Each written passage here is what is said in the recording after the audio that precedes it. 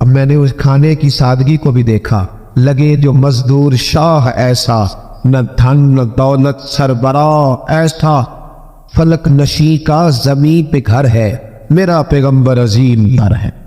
کہتے حضور صلی اللہ علیہ وسلم نے کھانا دیا تو حضور کی وہ سادگی، اس بندے میں سادگی نہیں نہ ہوتی، اس میں اپنائیت نہیں ہوتی۔ آپ کو سمجھ آئے تب بھی ٹھیک ہے، نہ آئے تب بھی ٹھیک ہے، پر میں آپ کو بڑی بات سمجھا رہا ہوں۔ جس میں سادگی نہیں ہوتی اس میں اپنائیت، وہ تو دیکھتا ہے کہ اس کے کپڑے اس قابل ہے کہ نہیں، میرے سینے سے لگ بھی سکتا ہے کہ نہیں، اس میں اپنائیت۔ جو لوگ سادے نہیں ہوتے ان کے زیادہ رشتے نہیں ہوتے، ان کا لوگوں سے زیادہ پیار، اس لیے کہ وہ تو انتظار کرتے ہیں، کہتے ہیں میرے نال دی جتی پائے گا تو میرے نال ٹرے گا۔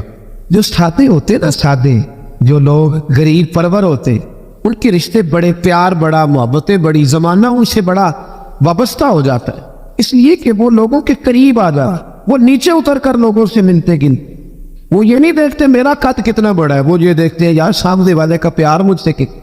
وہ نیچے اتر کر لوگوں سے کہتے نبی پاک علیہ الصلوۃ والسلام نے بڑا سادہ سا مجھے کھانا دیا، جب میں کھا چکا تو حضور فرمانے لگے سارا کچھ تو آپ نے دیکھ لیا، کیا پروگرام ہے، کب جانا ہے آپ نے، دیکھ لیا سارا کچھ، اگلا پروگرام بنائے۔ تو ادی کہتے ہیں میں دور بیٹھا تھا، میں اٹھ کے قریب آ گیا، میں نے کہا محبوبہ اب کہاں جانا ہے، مجھے کلمہ پڑھائے، میں مسلمان ہونا چاہتا ہوں۔ یہ غریبی حضور کی پسند ہے، تھوڑے پہ گزارا کرنا سیکھو۔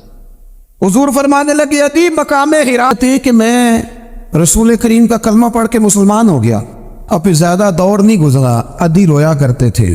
مثال ہے لا مثل لہ ولا مثال لہ، حضور کی مثل بھی کوئی نہیں اور مثال بھی ہے ہی کوئی نہیں، اللہ کریم نے محبوب جیسا دوسرا بنایا ہی کوئی نہیں۔ سمجھنی ہے بات آپ نے، حضور میں شک کوئی نہیں پر ابو جہل نے شک کیا، نبی پاک میں شک کوئی نہیں پر ابو لہب نے شک کیا، حضور میں شک کوئی نہیں پر عتبہ عتیبہ شیبہ ان کا شک آخر تک نہیں گیا، حالانکہ حضور میں کوئی شک دور کرانے بھی آئے تو شک نہیں گیا، ایک دفعہ نہیں کئی دفعہ، ترجمے دفعہ، 20 دفعہ۔ ایک ابو جہل کو لے لیں، دماغ میں شک تھا حالانکہ حضور میں کوئی شک نہیں، ایک دن آ کے کہنے لگا کہ بتائیے میری مٹھی میں کیا ہے، تو نبی پاک صلی اللہ تعالی علیہ وسلم نے فرمایا اگر میں نے بتا دیا، کہنے لگا اگر آپ نے بتا دیا تو میں کلمہ پڑھ لوں گا۔ حضور نے فرمایا میں نے بتا دینا ہے پر تو نے کوئی نہیں پڑھنا، میں بتا دینا ہے، کہ بتائیے، تو حضور نے فرمایا چل سودا کر لیتے ہیں، اگر جو تیری مٹھی میں ہے وہی بتا دے پھر تیرا کیا خیال ہے؟ تو نبی پاک صلی اللہ تعالی علیہ وسلم نے کہا کیا بھئی ابو جہل کی مٹھی میں؟ تو اس کی مٹھی میں کنکر تھے، کنکروں نے کلمہ پڑھنا شروع کر دیے، جب کنکروں نے کلمہ پڑھا، پتھر تھے وہ، انہوں نے کلمہ پڑھا، ابو جہل نے وہ کنکر زمین پہ پھینک کے کہنے لگا اوفو تیرا جادو تو پتھروں پہاڑوں پہ بھی چلتا ہے۔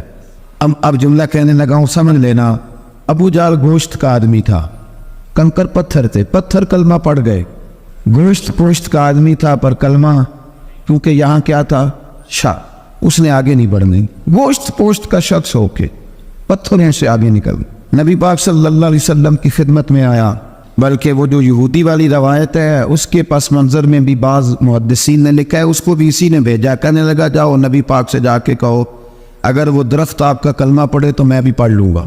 درخت، اب درخت ہوتے تو جاندار ہیں پر کلمہ تو کوئی نہیں نہ پڑھتے، درخت سے بھی تو انسانوں سے کلمہ پڑھنے کی بات، اگر درخت پڑھے تو میں پڑھ لوں گا۔ نبی پاک صلی اللہ علیہ وسلم دور بیٹھے تھے، درخت دور تھا، اور امام سیوطی علیہ رحمہ نے لکھا ہے درخت بھی کیکر کا تھا۔ نبی پاک صلی اللہ علیہ وسلم نے فرمایا اس یہودی سے کہ تو جا کے درخت کو کہہ کہ تجھے نبی پاک بلاتے ہیں، فرمایا میں گیا تو پھر تم نے کہنا جادو کر کے بلایا ہے، احتیاط بھی کی، ہر چیز آنکھوں کے سامنے رکھی، تو جا کے کہہ کہ تجھے بلاتے ہیں۔ وہ بندہ گیا، جا کے کہنے لگا، اور امام سیوطی نے اس کو لکھا ہے، کہنے لگے اس نے نبی پاک کا نام بھی نہیں لیا، کیونکہ ابو جہل اینڈ کمپنی کو پتا تھا کہ مصطفیٰ کے نام میں بھی بڑی برکت، خالی نام بھی نہیں لیا، کہنے لگا درخت وہ جو سامنے بیٹھے ہیں نا وہ تجھے بلا رہے، نام نہیں لیا حضور کا، وہ جو سامنے بیٹھے ہیں نا جاءت لدعوتہ الاشجار ساجدۃ، امام بوصیری کہتے ہیں درخت آیا اور سجدہ کرتا ہوا، زمین چیرتا ہوا آیا، کس طرح آیا؟ پہلے آگے جھکا، پھر پیچھے جھکا، دائیں جھکا، بائیں جھکا۔ یہاں بھی لکھنے والوں نے لکھا ہے کہ وہ نہ درخت اپنی جڑیں اکھیڑ رہا تھا، جب چلنا تھا نا اس نے حضور کی طرف آنا تھا تو آگے دائیں بائیں ہوا، جڑیں اکھیڑ رہا تھا۔ لیکن ہمارے استاد جب ہمیں یہ روایت پڑھایا کرتے تھے تو کہتے تھے جڑیں نہیں اکھیڑ رہا تھا، جب اس نے سنا مجھے نبی پاک نے بلایا تو اسے وجد ہو گیا تھا، وہ جھومنے لگ گیا تھا، جھوم رہا تھا۔ حضور نے مجھے بلا لیا، جاءت نے دعوت الاشجار ساجدہ، تو درخت آیا، اس نے آ کے نبی پاک کو سجدہ کیا، لکڑی کا بنا ہوا درخت ہے، سجدہ کیا، سجدہ کرنے کے بعد درخت اٹھا اور اٹھ کے اس نے نبی پاک کا کلمہ پڑھا۔ وہ جس کو ابو جہل نے بھیجا تھا نا یہودی، وہ درخت کی حالت دیکھ کے کلمہ پڑھ گیا، وہ کلمہ پڑھ گیا، لیکن یہی بے ایمان کہنے لگا ہوئے ہوئے ان کا تو درختوں پہ بھی جادو چلتا ہے۔ لا ریب فی، شک قرآن پاک میں، لیکن اگر بندے کے دماغ میں ہو اس کا علاج ہے کوئی، ادھر ہی شک بیٹھ جائے۔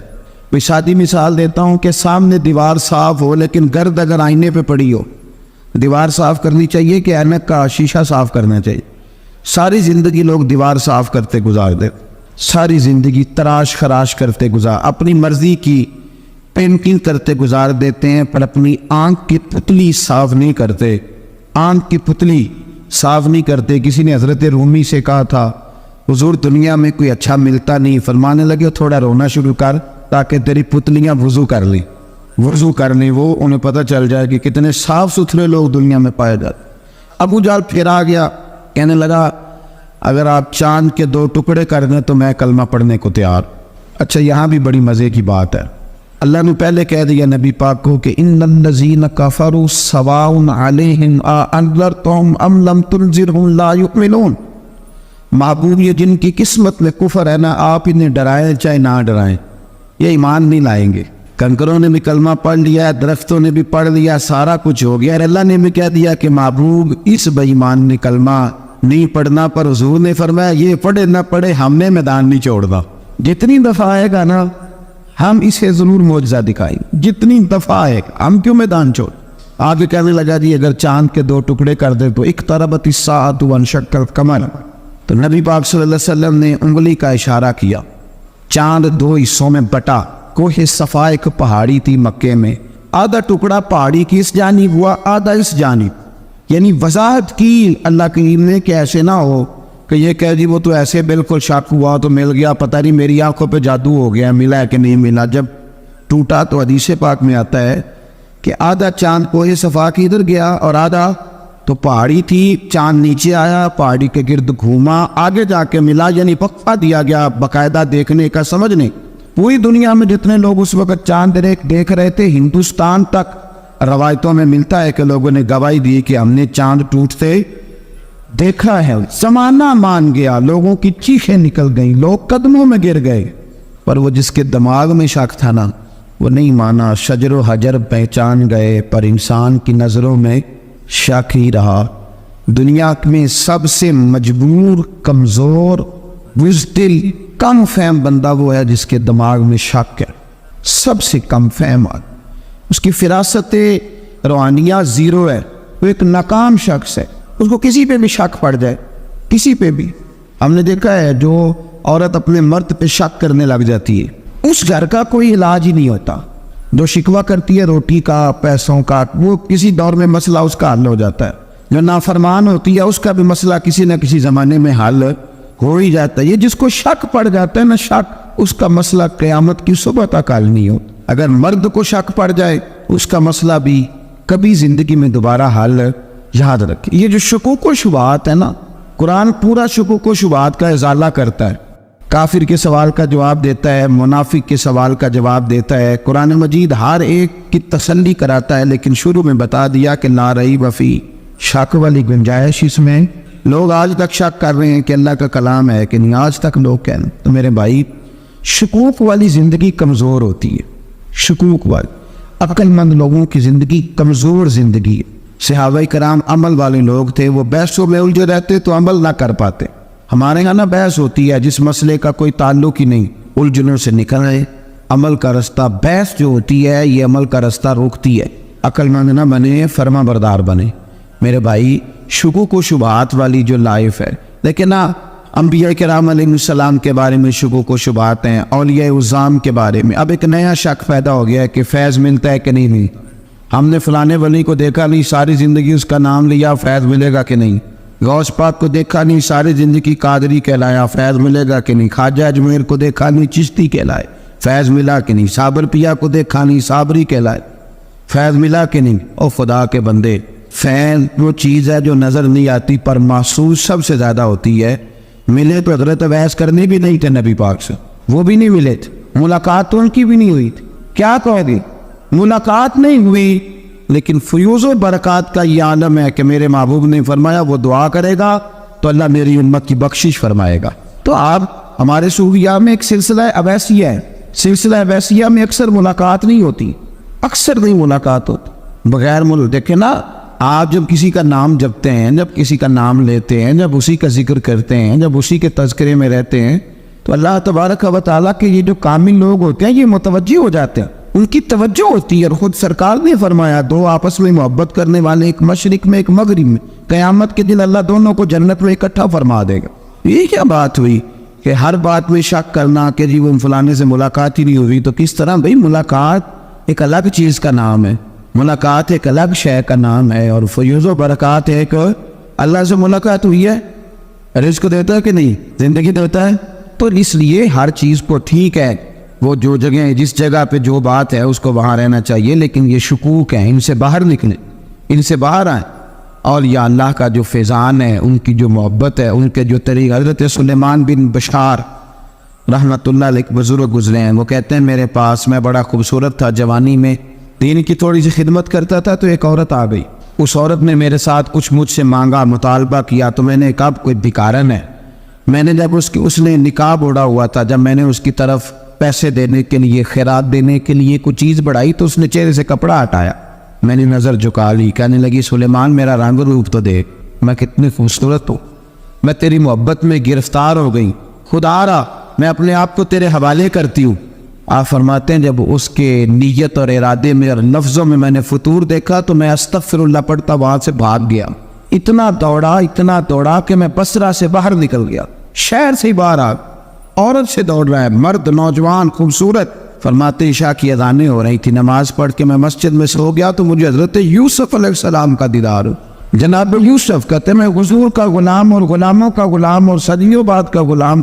تو جناب یوسف علیہ السلام میری خواب میں آئے اور کہنے لگے اٹھ جوان، میرے سینے سے لگ، یار تو نے تو نبی پاک کا امتی ہو کے وہ کام کیا ہے جو میں نے نبی ہو کے کیا تھا. اب کام حضرت یوسف والا کیا تھا نا، تو صدیوں اور سالوں اور مہینوں کا فاصلہ بن سکا. تو وہ آ گئے. مسئلہ یہ ہے کہ شکوک و شبہات والی زندگی نقصان دیتی ہے. حضرت ہمارے سلسلہ مقدسہ میں ایک سلسلہ علویہ ہے جو اعلیٰ حضرت فاضل بریلوی کو حاصل تھا. شاہ عبدالعزیز صاحب محدث دہلوی رحمۃ اللہ تعالیٰ علیہ نے بڑا لکھا مولا علی کی شان پہ، حضرت علی پہ کلام، ان کا ذکر، ان کے تذکرے اس قدر فنا ہو گئے کہ ہر وقت ذکر علی کرتے. فرماتے ہیں مجھے خواب میں حضرت علی کا دیدار ہوا، انہوں نے مجھے بیعت فرمایا اور مجھے اپنے سلسلہ مبارکہ میں اجازت دی.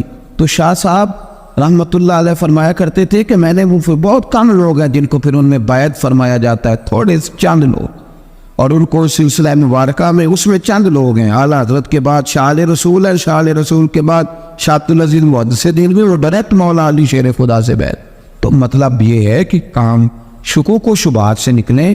قرآن نے کہا لا ریب فی، قرآن میں شک البتہ وَإِن كُنتُمْ فِي رَيْبٍ مِّمَّا نَزَّلْنَا عَلَىٰ عَبْدِنَا، بندے کچھ شک کرتے ہیں، اگر انہیں شک ہو تو وہ اس طرح کریں کہ فَأْتُوا بِسُورَةٍ مِّن مِّثْلِهِ، پھر اس کی مثل ایک صورت لے کے آئیں، اور وَادْعُوا شُهَدَاءَكُم مِّن دُونِ اللَّهِ إِن كُنتُمْ صَادِقِينَ، سارے بے شک اپنے حمایتی بلا لیں اگر وہ سچیں.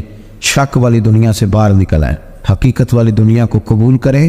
شکوک و شبہات کا ازالہ نہیں ہوتا، شک دوسرے شک کو جنم دیتا ہے، نقص دوسرے نقص کو جنم دیتا ہے، غلطی دوسری غلطی کو جنم دیتی. اور انسان جب تک شکوک کی، میں نے آپ کو کہہ دیا کہ ہر گھر بس سکتا ہے، ہر گھر، ہر عورت کے صحیح ہونے کی امید ہوتی ہے، پر جس بیوی کو اپنے خامند کے کردار پہ شک ہو وہ بیوی کبھی مطمئن نہیں ہوتی. ہر گھر بس جاتا ہے، لیکن جس خامند کو اپنے بیوی کے کردار پہ شک ہو جائے اس کا کبھی اس کے ساتھ سلوک مخلصانہ.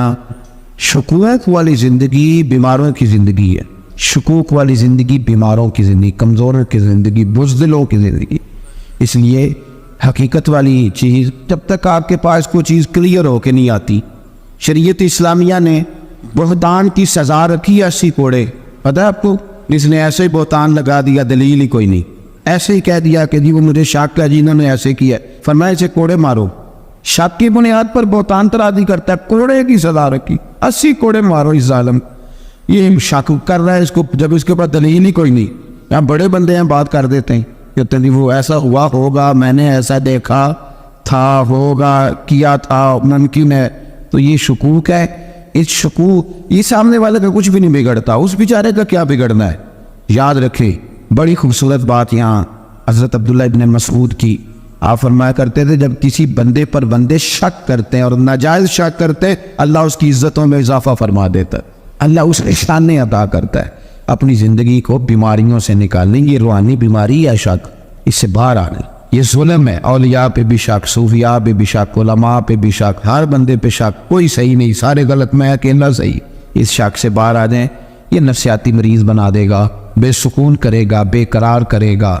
جس ترتیب سے ہم مسکراتے ہیں, جس ترتیب سے ہم روتے ہیں, جس ترتیب سے ہم کسی بات کا اظہار تشکر کرتے ہیں, خدا ان باتوں سے پاک ہے. اب بہت ساری حدیثوں میں آیا کہ وہ مسکراتا ہے, تو کیا مطلب ہے مسکرانے کا؟ تو علماء تفسیر نے لکھا ہے مسکرانے کا مطلب یہ ہے کہ وہ بڑا ہی راضی ہوتا ہے اپنے بندے سے, بڑا راضی ہوتا ہے. یہ مطلب ایک تو مسکرانے کا مطلب یہ ہے کہ وہ بڑا راضی ہو گیا, بڑا راضی ہو گیا, وہ مسکرا دیا اپنے بندے پہ. اور ایک اس کا معنی خود نبی پاک صلی اللہ تعالی علیہ وسلم نے بیان فرمایا. مسند امام احمد بن حنبل میں حدیث ہے, حضور سید عالم علیہ السلام سے صحابہ نے پوچھا یا رسول اللہ شہید تو بڑے لوگ ہوتے, شہیدوں میں افضل کون ہے؟ تو اللہ کے حبیب علیہ السلام فرمانے لگے وہ والا بندہ جو ڈٹ گیا تھا کافروں کے مقابلے میں, وہ ہلا نہیں, پوری طرح ڈٹ کے جو لڑا, وہ شہداء میں افضل ہے. حضور فرماتے ہیں وہ جنت کے بالا خانوں میں سیر کرے گا اور رب اسے دیکھ کے مسکرائے گا, رب اسے دیکھ کے مسکرائے گا. اللہ تعالیٰ مسکراتا ہے اسے دیکھ کے.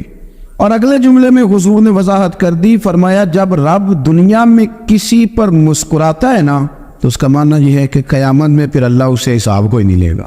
جس پر اللہ دنیا میں مسکرا دیا اس سے کوئی حساب, تو وہ کام ڈھونڈنے چاہیے نا جس سے اللہ مسکرائے. ویسے کبھی ہم ایسا کرتے ہیں کہ نہیں کہ کسی کو راضی کیا جائے؟ یہ کام ہم کرتے ہیں کہ ہماری کمپنی کا جو سربراہ ہے وہ ہم سے راضی رہے, جس ادارے میں ہم پڑھاتے ہیں اس ادارے کا بڑا ہم سے راضی رہے. یہ کرتے ہیں ہم, اس کے لیے کچھ نہ کچھ ہیلے بہانے ہم کرتے ہیں. برادری, قبیلہ, علاقہ, بستی, لوگ کسی طریقے سے ہمارے ساتھ مطمئن رہیں, کرتے ہیں نا یہ سارے کام. اس میں تھوڑی مشکل بھی ہمیں آتی ہے, لیکن کرتے ہیں. کیا کریں, گھر میں بھی کئی دفعہ ایسا ماحول بنانا پڑتا ہے. چلیں ایک اور میٹھی مثال دیتے ہیں, زیادہ سمجھ میں آئے گی. چھوٹا بچہ خوش رہے, آپ اس کے لیے محنت نہیں کرتے. وہ چھوٹا ہے, اس کو خوش کرنا فرض ہے ابا پہ, لیکن وہ کہتا ہے کہ میں نے موٹر سائیکل لینا ہے.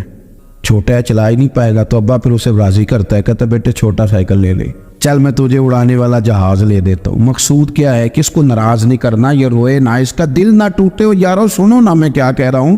اگر چھوٹے بچے کے لیے وہ چیزیں ڈھونڈتے ہو, میرے ابا جی نا اپنے نواسے کے لیے کھلونا لے کے آئے, تو بچہ بڑا ہی کھیلا, تو ابا جی کہنے لگے لو پیسے پورے ہو گئے میرے.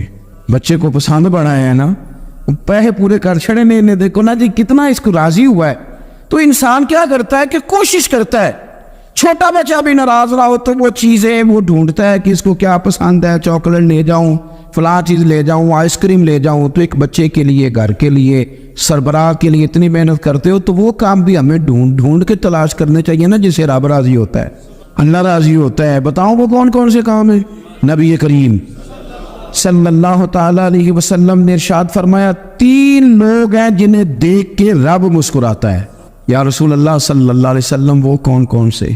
تو محبوب فرمانے لگے ایک وہ بندہ ساری مخلوق سوئی ہے, آدھی رات ہے, رات کا پچھلا پہر ہے, اس نے اٹھ کے وضو کر لیا, مصلی پہ کھڑا ہو گیا خدا کی یاد میں. فرمایا اسے دیکھ کے رب مسکراتا ہے جو اس کی شان کے لائق ہے. مسکراتا ہے اللہ. یہ تو سونے کا ٹائم تھا, یہ تو گہری نیند آنے کا وقت تھا, رات کا پچھلا پہر. رات پوے تے بے درداں نو نیند پیاری آوے, تے درد منداں نو یاد سجن دی سوتیاں میان جگاوے. اور ساون کی کالی راتوں میں جب بوندا باندی ہوتی ہے, وہ راتوں کو اٹھ روتے ہیں جب خلقت ساری سوتی ہے. اللہ مسکراتا ہے. اور سننا میرے بھائی, میرے نبی پاک صلی اللہ تعالی علیہ وسلم فرماتے ہیں جب مسلمان نماز کے لیے صفے بناتے ہیں نا, ترتیب لگ رہی ہوتی ہے, اب اللہ کی بارگاہ میں کھڑے ہوں گے, قیام کریں گے, رکوع کریں گے, سجود کریں گے. فرمایا جب مومن صفے بناتے ہیں تو رب دیکھ کے مسکراتا ہے.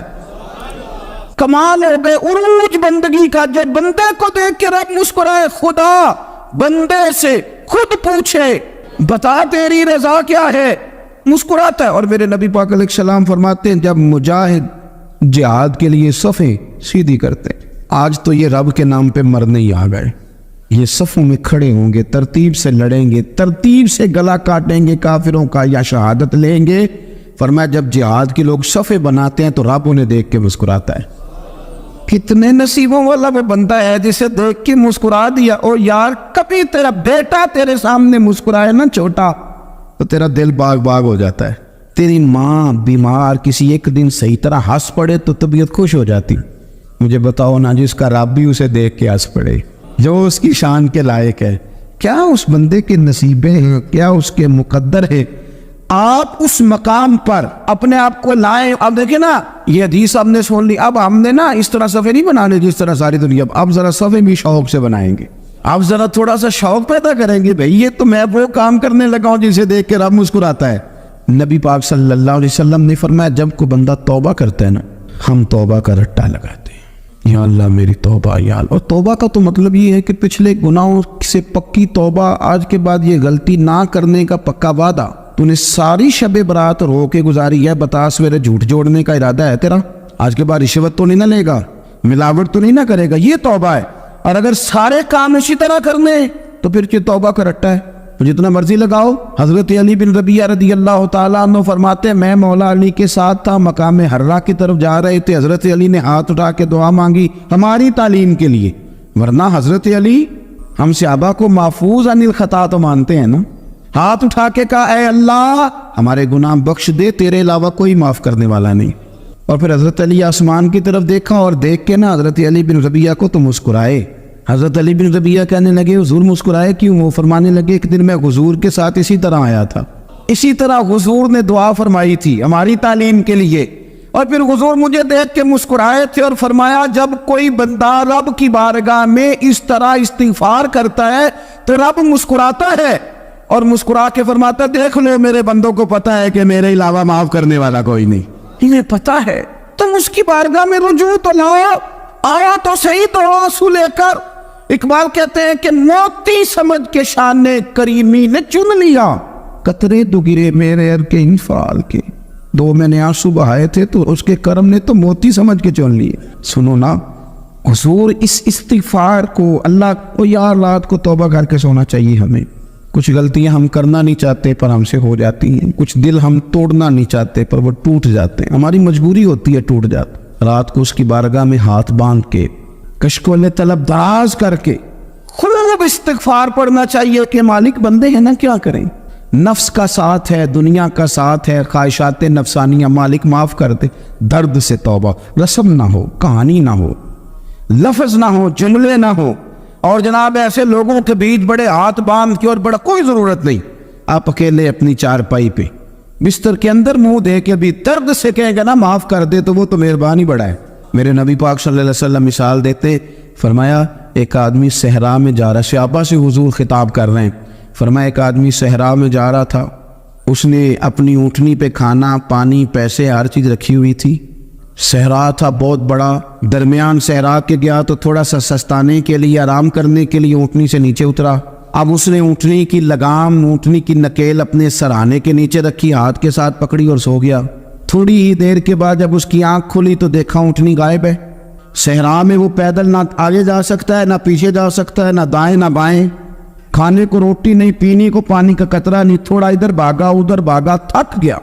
کریم محبوب فرماتے ہیں وہ پوری طرح نڈھال ہو گیا اور مایوس ہو گیا، معاذ اللہ مایوس ہو کے دوبارہ اسی جگہ آ کے لیٹ گیا جہاں پہلے لیٹا تھا. انتظار کرنے لگا کہ اب موت ہی آئے گی، آخری وقت ہے، اب نہ میں پیدل یہ صحرا کراس کر سکتا ہوں، نہ پیچھے جا سکتا ہوں، نہ کھانا ہے نہ پانی ہے، سوائے موت کے کوئی سہارا نہیں. حضور فرماتے ہیں وہ رستے میں دوبارہ لیٹ گیا. اچانک اس نے رخ بدلا تو اونٹنی سامنے کھڑی تھی. حضور نے صحابہ سے پوچھا بتاؤ نا اسے بھلا کتنے کو خوشی ہوگی؟ یا رسول اللہ جی سے نئی زندگی مل گئی ہے.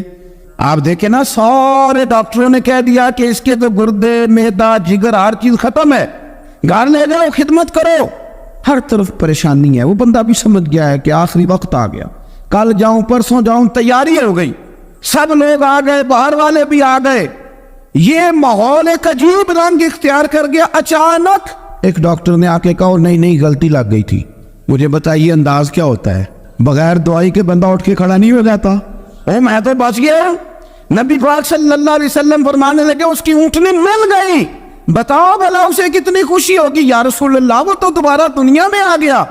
حضور فرمانے لگے اسے کچھ بھی خوشی نہیں ہوئی. جب کوئی رب کا گناہگار بندہ آ کے توبہ کرتا ہے, رب کو اس سے کئی گنا زیادہ خوشی ہوتی ہے. میرا بندہ آ گیا, میرا بندہ آ گیا, میرے گھر آ گیا. اس نے آنسو بہائے ہیں.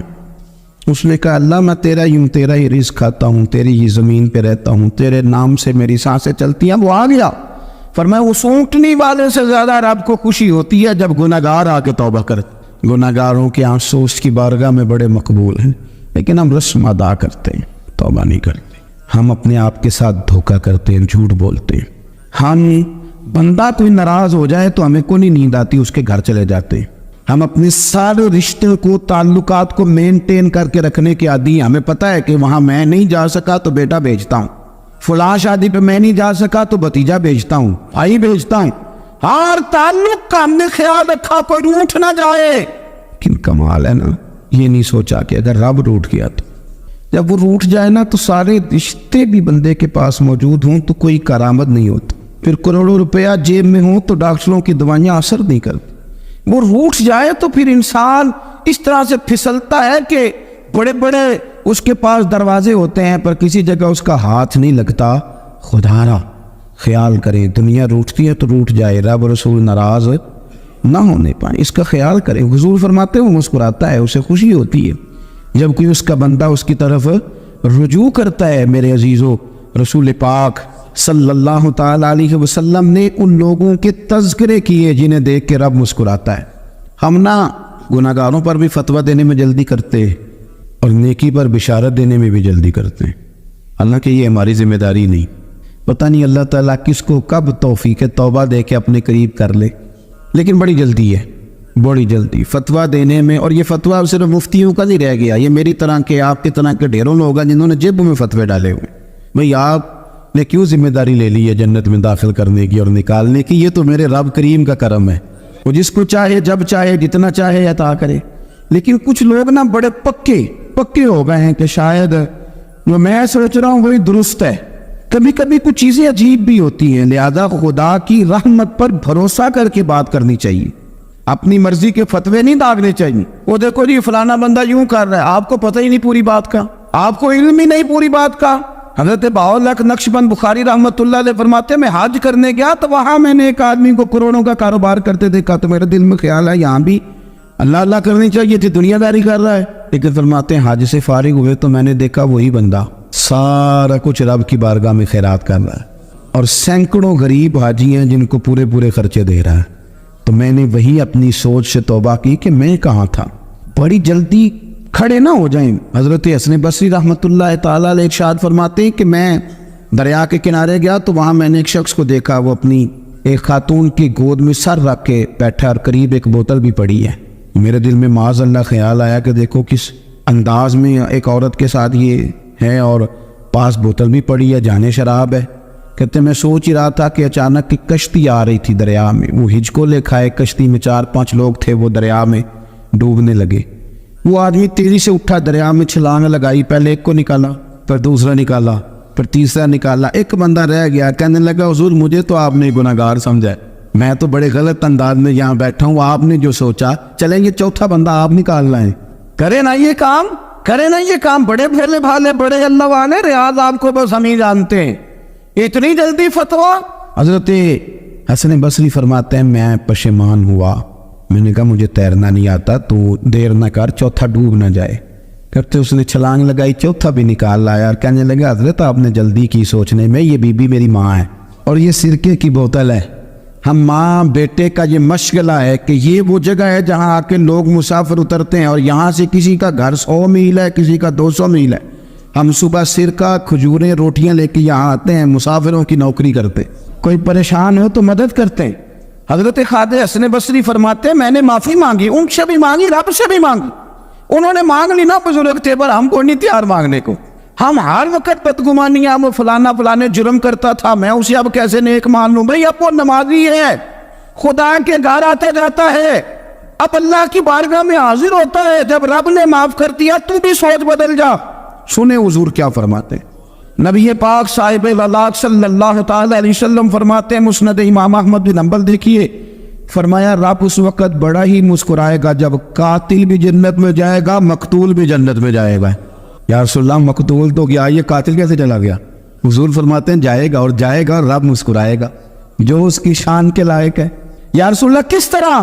تو نبی پاک صلی اللہ علیہ وسلم فرمانے لگے اس نے ایک مومن کو قتل کیا تھا، وہ شہید ہو کے جنت میں چلا گیا، اب اللہ نے بعد میں اسے توبہ کی توفیق دے دی۔ پہلے اس نے کلمہ پڑھا، پھر یہ میدان میں اترا، کافروں سے لڑا، یہ شہید ہوا، رب نے اسے بھی جنت دے دی۔